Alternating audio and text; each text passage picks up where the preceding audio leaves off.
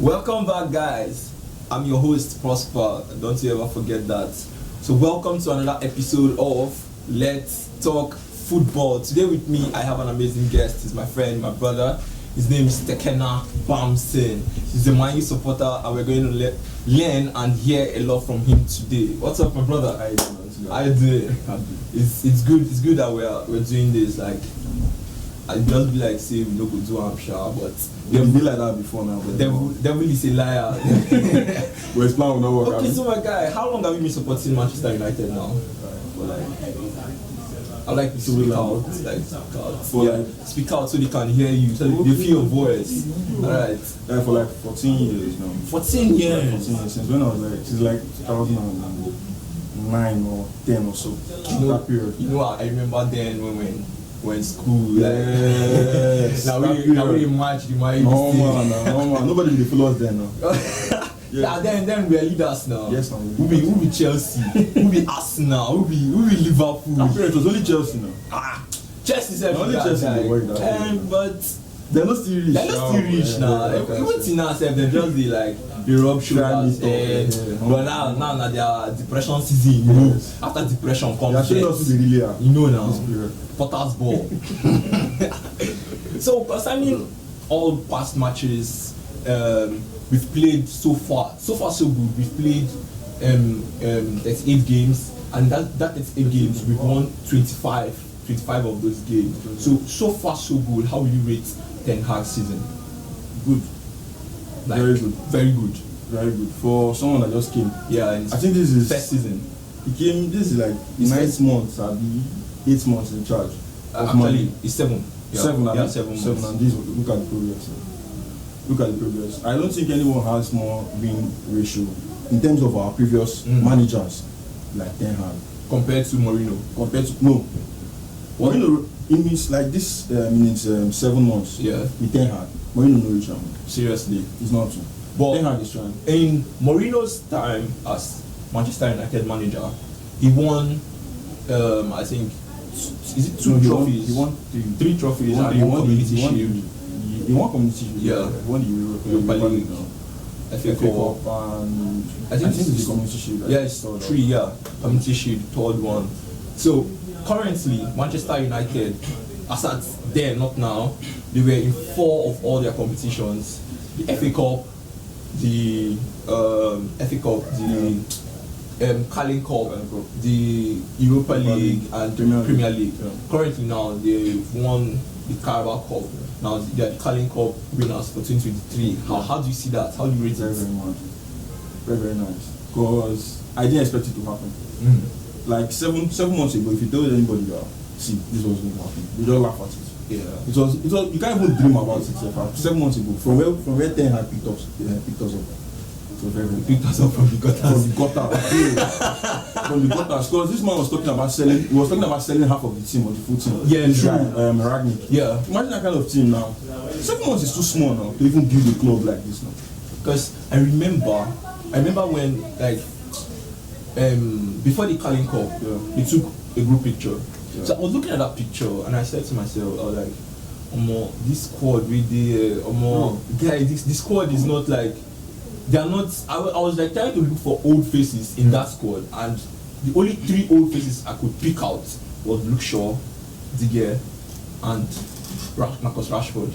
The rest of the faces are new players. Like, it's just like this is a totally different generation. Like, it's a really different set from the Manchester United squad back then, when we had Chris Smalling, Ashley Young, Jones today. Yeah, Jones today, but I don't know why no one go shout. Say that guy. You know, it's been amazing, the progress so far. So my question to you now is, do you see Manchester United clinching their fingers on the remaining 3 cups?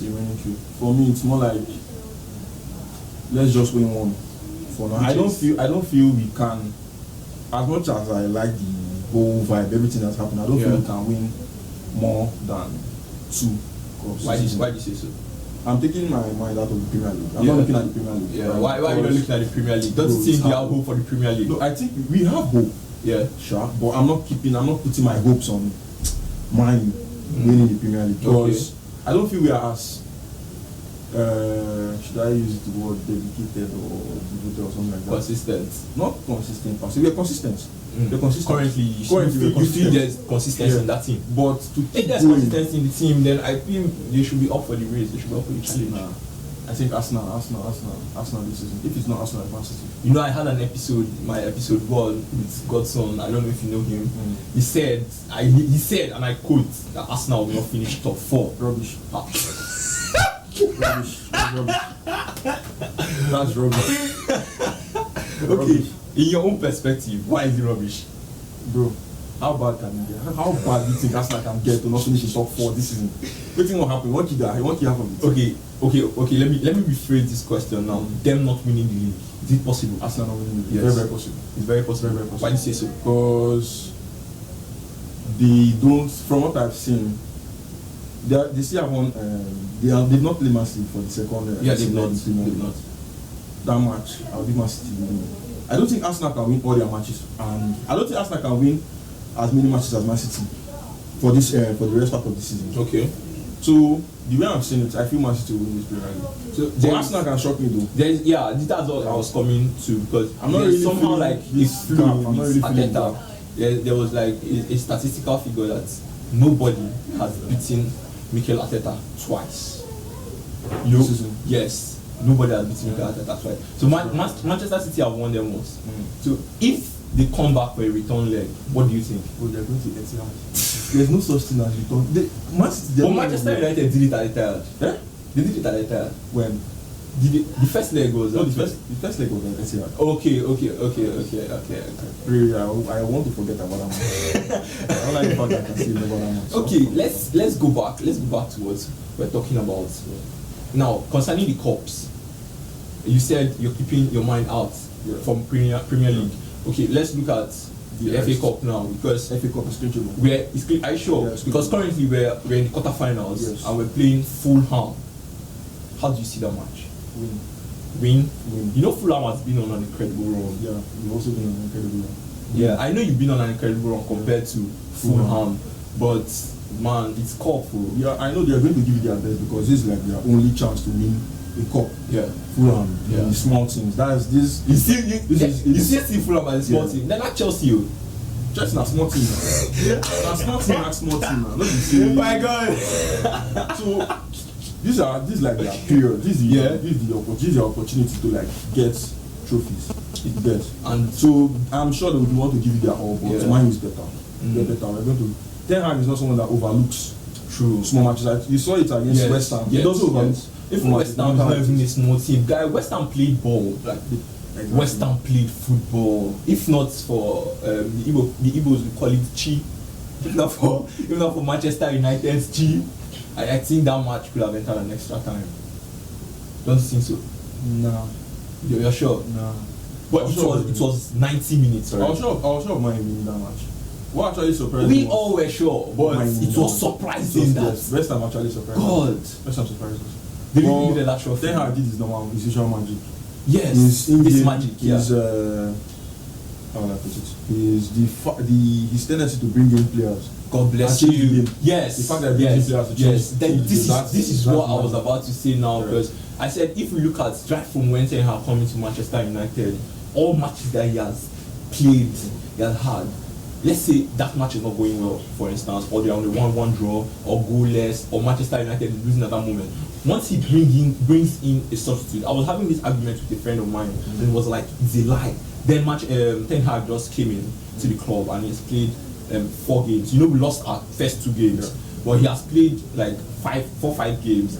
I observed in those 4-5 games, every substitute he brings must have a goal or an assist. So I told this to my friend, I was like, bro, I'm not seeing that this guy's magic trick is in his substitutes. He doesn't joke with his substitutes. Okay, let's even go back to the Fulham match. Fred, West Ham match. Fred came in 85 minutes and 90 plus. Yeah, he got 85 minutes. 90 plus 5, he scored a goal. Should we talk about Rashford? Not even, let's do Rashford. Let's do Garnacho.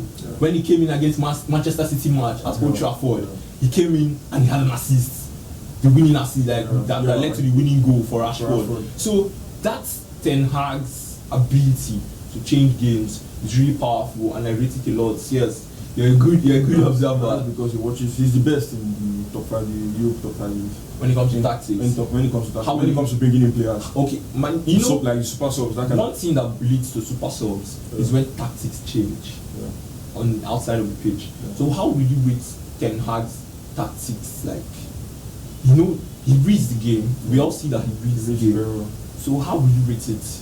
8 out of 10. 8 out of 10. Why not 10? For me, 10 is Sir Alex. Sir Alex. Give Sir Alex that 10. Okay. Give Sir Alex that 10. Yeah, it's sarcastic. Ten Hag. It's sarcastic question right now. Yeah. Would you rate Ten Hag for Alex? For who? Like against Alex? Nah. He hasn't reached that point. What if he beats Alex's record? Bro, for him to beat Alex, you can't. Bro, at this point, you can't even think about it. Yeah. For someone to dominate England for more than 20 years, even Guardiola has not reached that point. Guardiola has more win ratio. He has more points per game than Sir Alex. He has more points per game than Sir Alex, but he hasn't still reached Sir Alex. Sir Alex is he hasn't even gotten the Champions League yet. You know, that's his struggle. That's his struggle. Like, I pity. Like, should I say I commiserate with the Manchester City fans. Probably you might never get the Champions League. I'm not even a Guardiola fan. Never. I'm talking to the Manchester City. They're watching. You might never get the Champions League. Just leave it. Old Trafford, Reds are still dominating Manchester. So my last and final question, I don't forget my last and final question. How would I mind? It's okay. What I wanted to ask is, yes, I remembered. My last and final question is, currently Haaland, how many goals have Haaland scored currently? I think 28, I think 29. In the Premier League, not in the season. Premier League like 26 or 25, something like that. Yeah, sure it's 26. I feel it's 28. 28? Yeah, I feel it's 28. He scored against Bournemouth. I don't really check this. He scored against Bournemouth, that was one. He scored against... it should be between 28, 27. And Marcus Rashford is on 14 goals right now in the Premier League. He's on fire. I think you can boldly say he's on top form than Haaland. Yes. True? Yes. Since the World Cup. True. Yeah. There was stats that Marcus Rashford has been on top form. Like, he's the player, the only player in Europe that has been on top form since after the World Cup. But there's someone beating that record currently. Nigerian brother Victor Osimhen. I think they are going head to head. There's a head to head challenge there. Osimhen is the Greek guy. Osimhen is on fire. I think mine are thinking about lining transfer. For Osimhen, I don't think he's going to come. He's a king in Napoli. A king. You carry that king from You can't jump bench. He's never been a king. Who won bench him? Why did you go with your bench? Okay, are you selling Martial? You know, talking about Martial. Martial is the most inconsistent player in Manchester United. Bro. He plays 2 good games. You will not see Martial for like 5 games. True. Plays 3 good games. You will not see Martial for the full month. Next thing here, Martial is injured. So who's your favorite player in Manchester United? Casemiro. Before Casemiro came in, who was? Before Casemiro came in. Bro. Why you really amazing? He made me stop watching matches. True. I was a Man fan though. Bro, see, nobody can forget that moment now. Watch the match. Guy, it was annoying. It was very, very annoying. Because I used to feel like people are paying money to see you. Yeah. I understand this thing, all humans and everything, but mistakes must be made. But bro, you get the kind of mistakes you make. Someone's coming from his house. Yeah. Someone's paying money to come and see you. Thousands of people. You can't be playing rubbish like that. You know you make mistakes. You know humans make mistakes, but your rubbish is too much. Okay, which player annoyed you the most? Annoyed me the most. Then, like as a last season. Fred. Fred's my favorite player. Fred's my favorite player, man. See now. Fred. Compare Fred's playing style currently, his form now to last season. How would you rate it? Way better, right? He still makes some flaws. He still makes some mistakes. Yeah. He still has flaws. He still makes some mistakes. Like Fred, you can't play with Fred at the back. Casemiro and Fred. Yeah. Fred is more like Fred presses. Yeah, he moves forward. He presses forward. He doesn't. This was an argument I was having with somebody. He doesn't know how to defend. You can't. Fred knows how to go, but you can't hold the ball with Fred at the back. No, you calm things down. But when it comes to that, yes, or man marking, or more, you can tell Fred, okay, man mark the player, yeah. Hug this player, just like this player. in the Barcelona Manchester United match. Fred, during halftime, halftime break, Ten Hag said he told Fred to his role, that Fred's role. If you observe, he didn't sub Fred. He did sub Fred. In that second leg, he did it. Second leg. Yeah, I'm not sure. No, he didn't, because he said Fred's role was to bring down De Jong. Yeah, I don't know if you observed it. Fred never left De Jong. He was always on De Jong, and he was always collecting the ball from him. So after the match, they asked Ten Hag about Fred, and he was smiling like, "Oh, Fred, he got a goal, and his role was to bring down Frankie De Jong." As you can see, he was all over him like mosquito. So Ten Hag is really bringing that energy and focus, determination, consistency into the Manchester United squad. So back to the question I wanted to ask you. The question is, do you see Marcus Rashford leveling or passing Erling Haaland in goals this season? No, I don't. You don't? I don't. You don't think it's possible? I don't feel it's possible. What if Erling Haaland goes on injury? Even if I'm not sure Rashford will be able to score. Are you sure? 20. Man has scored. He has scored like 7 goals in 7 games. I'm not sure. Is it 10 goals in 10 games now? He's good. I'll give him his flowers. Yeah. Rashford is good, but Rashford beating him. Like total goals this season is 38 games, 26 goals for 38 games for Marcus Rashford. Is it? No, it's 28 goals for 38 games.